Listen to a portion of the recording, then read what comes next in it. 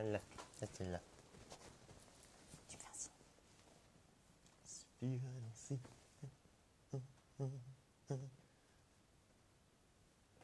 Bonjour à tous et bienvenue dans ce nouveau Facebook Live. Nous sommes aujourd'hui avec Max Bird. Bonjour Max Bird. Bonjour Charlotte. Donc Max Bird, youtubeur. Ouais. Max Bird dézingue les idées reçues sur YouTube et sur 20minutes.fr puisque nous sommes partenaires de ta chaîne depuis son lancement. C'est ça, depuis son lancement, donc 1 an et demi. Et Max a sorti un livre qui s'appelle donc Max Bird dézingue les idées reçues. Il y en a tout plein. Il y en a 380, je crois. 380, plus d'une par jour. Voilà. C'est pas mal. Voilà, ça veut dire qu'il faudra vite que je fasse un deuxième bouquin. Et donc Max est aujourd'hui avec nous donc, pour nous parler de sa chaîne, pour nous parler de son livre et pour nous parler de son spectacle puisque tu viens de la Seine et tu joues un spectacle qui s'appelle l'Encyclo-spectacle qui sera à l'Européen dans le 17e à Paris début janvier, 15, 16 et 17 janvier. Donc voilà, 3 exceptionnels. Donc faut pas les rater parce qu'après je vais sûrement pas jouer à Paris pendant quelques mois encore avant de refaire une grosse salle un peu plus tard. Donc dans ce livre, donc, on le répète, 380 idées reçues dézinguées par Max Bird et sur ta chaîne YouTube, tu t'en prends à des choses qu'on pensait évidentes. Ouais. Par exemple, les poissons rouges ont 3 secondes de mémoire. Ouais, celle-là, je pense que c'est vraiment une des plus costaudes, quoi. Tout le monde a ce truc-là du poisson rouge. Ça paraît tellement pratique en plus, parce que comme on les voit souvent dans des petits bocaux comme ça, on se dit, bon, bah, ça va, il a que 3 secondes de mémoire. C'est complètement faux. Ils ont une très bonne mémoire. Enfin, ils n'ont pas une plus mauvaise mémoire que les autres animaux, quoi. Il y a des tests qui ont été faits sur les poissons rouges, hein. Justement, ils les mettent dans des labyrinthes, ils leur font retenir un parcours, et 3 mois plus tard, ils remettent le poisson rouge dans le même labyrinthe, et il trouve son chemin. Enfin, non, le poisson rouge, il s'emmerde dans le bocal, il devient dépressif, il meurt très souvent prématurément. Enfin, je suis désolé pour tous les gens qui ont leur petit c'est horrible. Non, mais il vaut peut-être mieux savoir aussi la vérité. Le poisson rouge, non, il n'est pas fait pour être dans un tout petit bocal. Surtout les petits bocals ronds, c'est les pires, c'est ceux qui grossissent. La tête des gens autour, ça les rend complètement tarés. Et surtout que je crois qu'en plus les poissons rouges sont censés être plus gros en plus. Oui, c'est ça en fait. En vrai, après, quand on met un animal dans une cage ou dans un bocal, il est toujours plus petit. C'est une sorte de réaction un petit peu automatique. Mais oui, un poisson rouge, c'est beaucoup plus gros en vrai. Et un poisson rouge a de la mémoire. Voilà, désolé, voilà. un poisson rouge. Donc arrêtez de dire que vous avez une mémoire de poisson rouge, ça veut dire que vous avez une mémoire d'éléphant. Oui, finalement. Enfin après, voilà. Par contre, ça c'est vrai que les éléphants ont une excellente mémoire. Le corollaire, par contre, ça fonctionne. Les éléphants de mémoire, enfin les éléphants peuvent se souvenir d'un individu, et notamment d'un humain. Pourtant, nous on pourrait penser que tous les éléphants se ressemblent. Et ben, eux, a priori, ils arrivent à nous voir des différences chez nous. Ils peuvent se souvenir d'un individu pendant des années et des années. Je fais une petite parenthèse. N'hésitez pas à poser vos questions dans les commentaires. J'ai mon portable avec moi, donc je vois vos commentaires qui s'affichent sous la vidéo. Je vais essayer de faire le tri en direct. Voilà, donc n'hésitez pas si vous avez des questions pour Max Bird. Et on rappelle que si tu connais aussi bien les animaux, c'est parce que notamment tu es super fan d'oiseaux. Oui, c'est ça. En fait, moi, avant d'être humoriste, avant même de vouloir être humoriste ou comédien ou youtubeur ou quoi que ce soit, moi, mon gros rêve, c'était de devenir biologiste, plus particulièrement ornithologue, justement. Ouais, c'était ma grosse passion, mais j'en parlais tout le temps. Tous mes proches, mes parents, ma famille, tout ça, c'était très clair, quoi. J'avais des bonnes notes en SVT, j'allais devenir biologiste. J'allais pas les embêter avec un caprice du style, je veux monter à Paris, devenir artiste. Voilà. Mais finalement, c'est ce qui s'est passé quand même. Mais à la base, ouais, mon gros délire, c'est ça, les animaux. Gauthier voudrait savoir pourquoi est-ce que tu portes une cravate verte. Pourquoi le vert en particulier? Déjà, le vert, justement, il y a un gros rapport avec ça, la biologie, les animaux, l'Amazonie. On va dire qu'on est quand même sur une couleur qui rappelle tout ça, la nature. Mais surtout, moi, je voulais un code visuel, en fait, parce que quand j'ai commencé à faire de la scène, parce que j'ai commencé d'abord par faire de la scène, ça m'a vraiment choqué à quel point, le nombre d'humoristes qu'il y avait. Et même moi, je faisais des scènes ouvertes, donc c'est des petits plateaux comme ça, où on a plusieurs humoristes qui passent et tout ça. Et on se dit, quelqu'un qui a bien aimé ton sketch à ce moment-là, si jamais tu as un nom, un chouille trop compliqué, qui sait pas comment l'orthographier ou quoi que ce soit, mais il te retrouvera jamais. Le gars est tellement d'humoristes. Et donc je me suis dit, et parfois on retient mieux certains humoristes parce qu'ils ont justement un nom catchy, alors qu'ils ont fait un mauvais sketch. En fait, je me suis dit, dans la nuée des humoristes, il faut un code visuel au moins, un truc qui fasse qu'on me reconnaisse. Et j'avais très envie d'être sur scène avec une cravate. C'était envie d'avoir une cravate. Et pour la couleur, oui, le vert est venu tout de suite. Et puis surtout, je me suis dit, il y a beaucoup de gens qui m'ont dit, faut surtout pas porter de vert sur scène, ça porte malheur et il y a des superstitions. Et je me suis dit, ça tombe bien, parce que moi, j'ai pas pas embêté avec le fait que quelqu'un ait déjà pris ce code visuel. Je me suis dit, a priori, moi, je suis peinard. Je suis peinard. Voilà, le seul à me porter à moi-même le mauvais œil. Voilà, c'est ça. Finalement, ça me porte plutôt chance, donc ça conjure un peu le mauvais sort. Mais il y a une autre explication un petit peu plus, parce que Gauthier, je sens que tu as posé la question de manière très curieuse, et une explication plus personnelle. C'est en fait les plumes des colibris. Il faut savoir que les plumes des colibris, elles sont irisées, en fait. Elles sont recouvertes de plein de petites barbules qui, en fonction de l'inclinaison, renvoient la lumière différemment, un peu comme un CD. Tu sais, quand tu regardes un CD, tu vois des couleurs, alors qu'il n'y a pas le pigment dans le CD. C'est juste un reflet. Ben, les couleurs de colibri, c'est un peu pareil.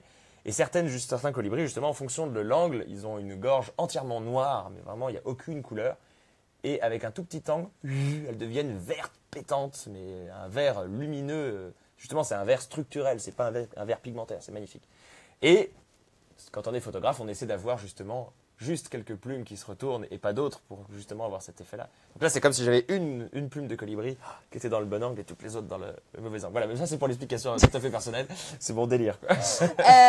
On va continuer avec les idées reçues dans ce livre. Il y en a une, alors ça, et c'est encore plus qu'une idée reçue, c'est un peu une question universelle, presque métaphysique. La tomate, c'est un fruit ou c'est un légume? Ah, c'est clair que c'est métaphysique, ce truc. Celle-là, ce qui est génial, c'est qu'en fait, les gens qui savent, enfin qui disent en tout cas, que la tomate est un fruit, justement, ils se positionnent en mode, moi, on me la fait pas. Tout le monde pense que c'est un légume, mais moi, on me la fait pas. Moi, je sais que c'est un fruit. Et ils se la pètent beaucoup alors que c'est eux qui ont tort. Évidemment, c'est un fruit parce que, en fait, on va essayer de remettre les choses. J'ai vraiment à cœur que tout le monde comprenne. Et dit fruit, selon la définition, on va dire, botanique, hein, c'est tout organe végétal charnu contenant des graines apparaissant après une fleur par transformation du pistil. En gros, c'est ça. Donc il y a plein de trucs qui s'appellent des fruits, mais c'est uniquement quand ça arrive après la fleur par transformation du pistil et que ça contient des graines. C'est le cas de la tomate. C'est le cas de la tomate, mais c'est le cas aussi de la citrouille, de la courgette, de plein de trucs. Mais et dit fruit en gastronomie, on va dire, c'est l'aliment végétal sucré qu'on déguste en général en dessert, quoi. Mais c'est pour ça que le problème, c'est qu'il y a deux définitions de fruits. Elles sont très souvent confondues parce que les fruits en gastronomie sont aussi des fruits en botanique. Voilà, donc forcément, on confond. Et c'est ça en fait la base de l'erreur. C'est parce que du côté de légumes, c'est pas pareil. Légumes en gastronomie, on va dire, c'est de manière générale n'importe quelle partie d'une plante que les potagère, enfants ne veulent pas manger. C'est une bonne définition, ça. C'est la partie des plantes que les enfants ne veulent pas manger. Ça marcherait mieux, les gens se tromperaient moins, je crois. Oui, c'est ça, c'est n'importe quelle partie d'une plante potagère qu'on cuisine en général en accompagnement d'un plat salé.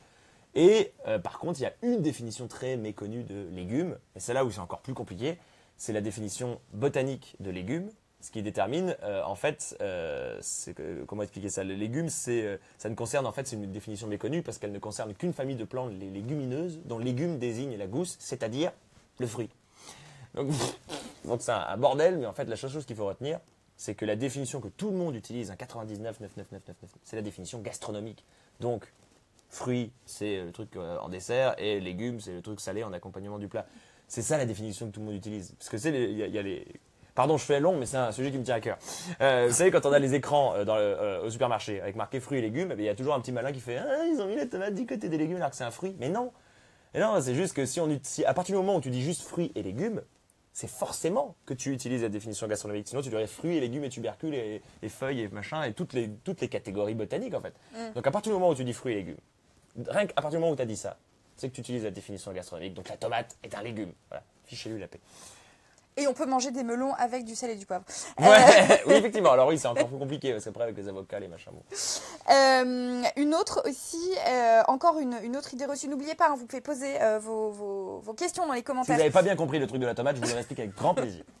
Il y a une vidéo à ce propos, je crois. Oui, j'en ai fait une avec les frères Bogdanov, d'ailleurs.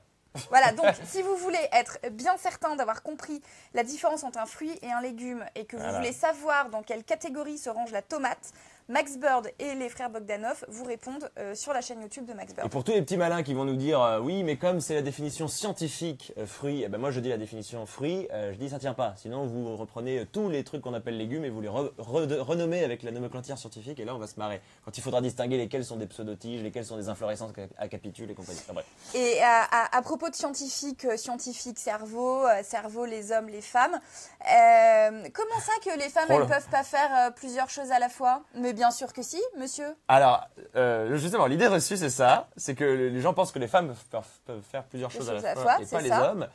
Ou l'inverse, même je sais même plus. Non, c'est bon, ça, c'est que nous les femmes, nous pouvons faire plusieurs choses à la fois, alors que vous les hommes, vous en êtes totalement incapables. Alors, il y a peut-être quelque chose de social autour de ça, mais moi, ce que je pense vraiment, et selon les... En tout cas, il n'y a aucune étude qui valide ça, évidemment. En fait, les études montrent que ce soit un homme ou une femme, il y a vraiment quand même eu quelques études qui ont été faites, c'est que aucun des deux, à partir du moment où tu fais plusieurs activités en même temps, tu es moins efficace dans chacune de ces activités, ce qui est logique. Et comme ce bouquin, qui est un bouquin, on va dire, de toilette. Donc pareil, c'est un bouquin qui voilà.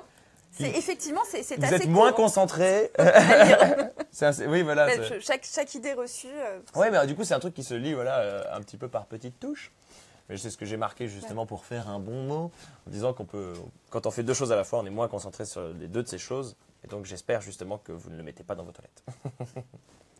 On va finir avec une autre idée reçue qui sera le thème de ta prochaine vidéo, qui concerne les roues. Exactement. Parce qu'on dit que les roues seraient en voie de disparition. Oui, bah moi, je faisais partie des gens en plus qui en étaient convaincus parce qu'on se dit, oui, les gènes récessifs, c'est un gène qui va dire qui s'écrase devant les autres gènes dominants. Donc à partir du moment où il y a un gène blond ou un gène brun dans le tas, il n'y a plus de rousseur du tout. Et donc en fait... par association, on se dit un gène récessif, c'est un gène forcément qui est en recul et qui est amené à disparaître à force d'être constamment écrasé par des gènes dominants. Mais non, c'est faux. Le gène roux est moins souvent exprimé, mais il est autant transmis que les autres. Donc en fait, il y a toujours des gènes roux qui dorment dans la population, mais il ne faut pas trop que j'en dise, vu que c'est exactement tout ce que je vais dire dans la prochaine vidéo, avec un guest très roux. C'est tout ce que je peux dire. Ed Sheeran pas loin. Non, les gens. Ed Sheeran sur la chaîne de Max Bird. Non. Mais les gens qui suivent YouTube et qui connaissent, qui bouffent du YouTube, un guest de YouTube roux, ils voient tout de suite de qui je parle, je pense. On ne dit rien. On dit rien. On ne dit rien. Alors, dans les commentaires, vous êtes en train de vous disputer, non, mais enfin de tous donner votre avis sur la cravate de Max Bird. On rappelle que c'est un accessoire de théâtre, donc ne le prenez pas trop à cœur. Parce qu'il y a des gens qui sont en train de m'insulter. Non. Il n'y a pas d'insulte, mais enfin bon, avoir on se demande du bon si goût sur scène, c'est démodé. Moi, j'ai envie d'amener un tout petit peu de ringardise. Voilà. Laissez-moi faire mon délire. Voilà, et est-ce que c'est une cravate, est-ce que c'est un nœud papillon? Ça reste un accessoire de théâtre, oui, et c'est clairement pas un nœud papillon. Enfin, alors vraiment, il y a un gros problème. Non, on me demande pourquoi pas mettre un nœud papillon à la place. On va attendre que les gens soient très très très habitués de ça. C'est pas... Sinon, il y a un autre internaute, et je suis désolée pour cette personne parce que c'est Laura. Voilà, Laura qui voulait savoir si tu vas sortir un peu de France avec ton encyclo-spectacle. Oui, alors moi justement, là, pour l'instant, j'ai pas encore les dates parce qu'il va y avoir une tournée en 2018 et en fait, on va me donner toutes les dates d'un coup en fait et j'attends encore les dates, mais elles sont en train de s'organiser et je peux pas promettre qu'il y en aura en Belgique, mais clairement, je crois que c'est la destination qu'on me demande le plus dans les commentaires. J'ai vraiment énormément de commentaires parce que même avant que je fasse du YouTube, je faisais déjà des tournées de spectacles, mais j'étais totalement inconnu et il y avait des... Je n'étais pas non plus passé en Belgique, j'ai vraiment jamais joué en Belgique, donc j'espère que ça va se faire. Et en Suisse aussi, il va y avoir une date en février qui est... Voilà, il faut scruter la page Facebook, je les annoncerai là-bas. Et puis il y a aussi des gens qui me demandent pour le Canada, là c'est un peu moins probable, mais j'adorerais bien sûr. Alors, mais dès que les dates de tournée seront annoncées, elles seront dites dans les vidéos et sur ma page Facebook. Mais pour l'instant, j'ai pas de certitude que ce sera en Belgique. Mais oui, c'est très probable quand même. Et alors, tu racontes quoi dans ton encyclo-spectacle? Plein de trucs. En fait, j'essaie de prendre que des thèmes que moi j'aurais aimé voir dans un documentaire ou dans un C'est pas sorcier. Ou des thèmes qui sont à la base, même si tu mets pas d'humour, c'est intéressant. Ça donne envie de dire pourquoi. Et ça a vraiment été l'angle du spectacle. Je me suis dit... Et puis comme ça, moi, si jamais je suis pas drôle, alors, ça passe par exemple, quand même. donne-nous une idée de thème. Par exemple, je fais un sketch où j'explique comment une molécule d'alcool nous rend ivre. Parce que tout le monde connaît cette phrase, l'abus d'alcool est dangereux pour la santé. À consommer avec modération. Elle connaît tout par cœur. Non, cette phrase, tout le monde la connaît. Mais finalement, assez peu de personnes savent vraiment ce qui se passe biologiquement parlant quand une molécule d'alcool arrive dans le corps humain. Et donc, dans mon spectacle, je détaille en fait vraiment l'action de l'éthanol, c'est ça le nom de la molécule, sur les autres molécules du corps humain, et ce qui permet à tout le monde à la fin du spectacle de comprendre exactement qu'est-ce qui se passe, et ils peuvent maintenant se pinter la gueule en toute connaissance de cause. Et on rappelle qu'évidemment, vous n'allez pas à un cours de biologie de licence 3 avec un vieux professeur il y a des pas blagues, très marrant, c'est un spectacle d'humour. Hein. Donc vous allez apprendre des choses et évidemment, on rit. Voilà, c'est incarné, il y a des gestuels, là je suis moins là-dedans, mais il y a par exemple un sketch où je raconte une légende égyptienne, et je le joue vraiment comme un sketch, c'est-à-dire, je le joue comme si les Égyptiens eux-mêmes avaient écrit ça pour que ce soit marrant à la base. Et au fond, on n'en sait rien. Hein. Parce que c'est vrai qu'aujourd'hui, quand on voit en fait quand on trouve les mythes égyptiens, grecs et tout ça, on se dit c'était des dieux qui étaient vénérés et tout ça. À mon avis, c'est le cas. Mais si ça se trouve, non, ça se trouve c'était déjà des trucs drôles, même des trucs pour les enfants. Je veux dire, nous, si dans plusieurs milliers d'années on découvrait des vestiges de notre civilisation, est-ce qu'on retrouverait plus de représentations de Jésus ou de Mickey et d'Iron Man? Ça se trouve, on retrouverait plus de représentations de Mickey et d'Iron Man, et les gens du futur vont penser qu'on les vénérait comme des dieux, alors que non. Enfin, on peut pas vraiment dire qu'il y a une religion autour d'Iron Man, quoi. Non, je sais pas. Ouais. Bah ça y est, je suis profondément athée alors. Robert Downey Jr. quand même. Oui, c'est vrai qu'il y est pour beaucoup dans le succès de tous ces films. Hein. Ah oui. Ah la vache. Oui. Si lui, ils n'avaient pas misé dessus, peut-être qu'Avengers, ça n'aurait pas existé. Il y a Gauthier qui demandait quels sont tes... Il y a deux personnes qui posent des questions, c'est Gauthier et Laura. tes références en termes d'humour et scientifiques. Eh ben, c'est marrant parce que d'habitude, on me pose la question, quelles sont tes références en termes d'humour? Et je réponds, j'en ai pas, j'ai que des références scientifiques. C'est drôle qu'ils me posent cette question comme ça. Si, j'ai des références d'humour, mais c'est des influences inconscientes, probablement. Parce que, on te compare beaucoup à Jim Carrey.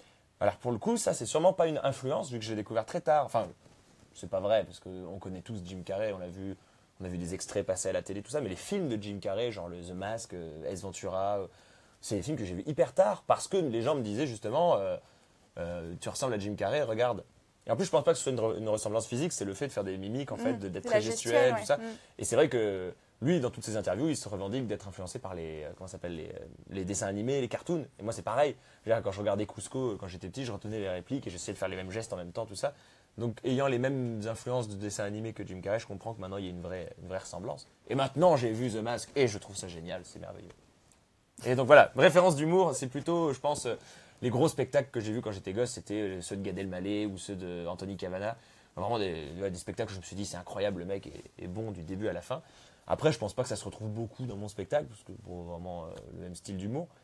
Et il y a Alexandre Astier aussi, qui, pareil, je commençais déjà à faire des sketchs scientifiques avant que je le voie, lui, sur scène. Mais quand j'ai vu l'exoconférence, je me suis dit, ça m'a conforté dans le fait que mon encyclo-spectacle pouvait avoir du succès. Alexandre Astier, juste, on va préciser, pour ceux qui, par hasard, ne verraient pas qui c'est Kaamelott. Hein, ouais, c'est le roi Arthur dans Kaamelott. Et c'est celui qui a fait Que ma joie demeure, le spectacle sur Bach et le spectacle l'exoconférence sur l'astronomie. Je me suis dit, le mec, il fait 1h30, 2h sur l'astronomie et il s'excuse à aucun moment de le faire et il remplit des stades. Donc ça. Et tes références scientifiques? Ça, les références scientifiques, c'est plus difficile d'avoir, on va dire, la vulgarisation scientifique, c'est Jamy à quasiment 100%. D'ailleurs, on rappelle que vous étiez venus ensemble l'année dernière avec Jamy ici, donc vous pouvez retrouver la vidéo sur 20minutes.fr, c'était un beau moment. Ouais, carrément, parce qu'il avait accepté de venir justement dans une vidéo et de pas seulement venir dire 3 répliques, on a vraiment fait l'exposé ensemble. Et lui, oui, pour le coup, c'est une influence de taré. Je serais vraiment curieux de savoir qu'est-ce qui se serait passé si jamais cette émission C'est pas sorcier n'avait pas existé. Peut-être qu'une autre dans le même style aurait pris cette place-là, mais je pense pas. Enfin, ils ont vraiment tout déchiré à cette époque-là. Et puis il n'y aurait pas eu Marcel et la petite voix. Et voilà. Et en vrai, voilà, Fred et Jamy, ça a été une grosse influence. On va se quitter, mais on peut pas se quitter sans que tu nous imites le Vélociraptor. Ah bah oui, tu peux quand même pas que tu sais partir comme ça. Non, en plus, moi là, je fais un effort depuis tout à l'heure pour avoir l'air d'un humain, mais c'est quand je fais le Vélociraptor que je fais le moins d'efforts finalement. Là, je fais une imitation d'humain pour m'intégrer socialement, c'est tout. Alors, on va imaginer, parce que je ne peux pas courir beaucoup. Je ne sais pas si on me voit encore dans le cadre. Attends, faut peut-être que je me pousse, non? C'est bon? Non, t'inquiète, tu peux rester ici. Alors, élasticité, viens à moi.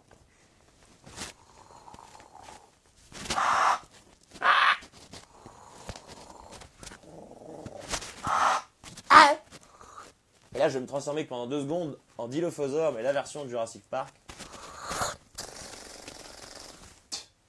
Voilà, voilà, on est reparti quelques millions d'années en arrière pour quelques instants. Merci Max Bird Mais merci à toi, Charlotte, et merci 20 minutes. D'être venu jusqu'à nous. Donc, je rappelle le livre de Max Bird. Donc, Max Bird dézingue les idées reçues chez First Edition. Donc, 380 idées reçues découpées en petits morceaux en disant c'est pas vrai, c'est pas vrai, voilà, faut dire ça. Un spectacle, l'encyclo-spectacle voilà. Qui continue, donc 15, 16, 17 janvier à l'Européen à Paris et des vidéos, on continue sur ta chaîne YouTube et chez nous, puisque je rappelle, nous sommes partenaires de ta chaîne et donc elles sont aussi sur 20minutes.fr. Et oui, elles sont aussi sur 20minutes.fr et j'en profite, j'avais pas pensé à l'annoncer, mais il y aura une séance de dédicace pour le bouquin. Alors déjà, vous pouvez venir à l'Européen avec votre livre. Vous pouvez même en acheter à l'Européen, il y en aura qui seront disponibles à la sortie. Mais il va y avoir une séance de dédicace la semaine prochaine à Paris. Voilà, ce sera le mercredi 20 décembre. Mercredi 20 décembre, c'est ça, au Gilbert Jeune de Saint-Michel. Je serai de 16h à 18h. Voilà, donc je remettrai ça. De toute façon, dans la prochaine vidéo, je le réannoncerai et je le mettrai aussi sur ma page Facebook.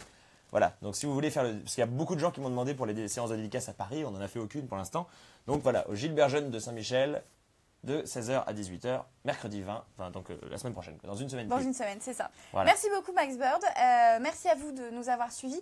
Vous pourrez retrouver cette vidéo dans un instant en intégralité sur notre page Facebook et sur notre site 20minutes.fr et on vous dit à très bientôt. Bye bye. Cui, cui.